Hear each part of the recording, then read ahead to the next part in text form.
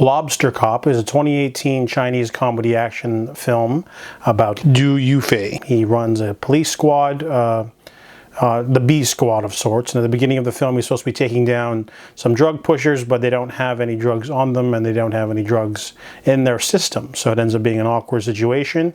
But he has to try to do surveillance on a logistics cover company who's obviously the villains. And he teams up with his squad. He's got the older guy, the tomboy, and then the young rookie. This movie is actually a sort of remake of a series of different films that are very similar. It all started with Woody Allen. He did a movie called Small Time Crooks about criminals who want to rob a bank and dig a tunnel.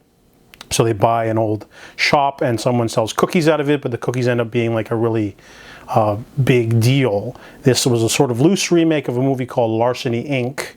And later it would be remade as Extreme Job, a Korean movie that swaps out the cookies or the luggage company with Korean fried chicken. This movie continues the thing by having crayfish, a special 13 blend of spices and seasonings done by the older cop. So when they buy this old restaurant as a cover to spy on the villains, their hit crayfish dish ends up becoming more profitable than they realize. However, this movie definitely has some shortcomings.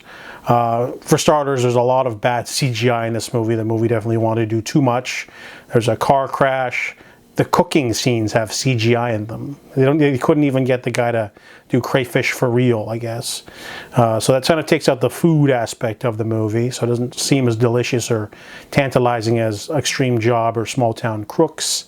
And also, I mean, the action scenes are a little bit, some weird messy fight scenes, I guess. They're trying to, it definitely more seems like a comedy, but the second half becomes more serious, and it definitely steps on the toes of the tone differential because it's supposed to be like an action comedy, but if you get too serious, you can't have laughs.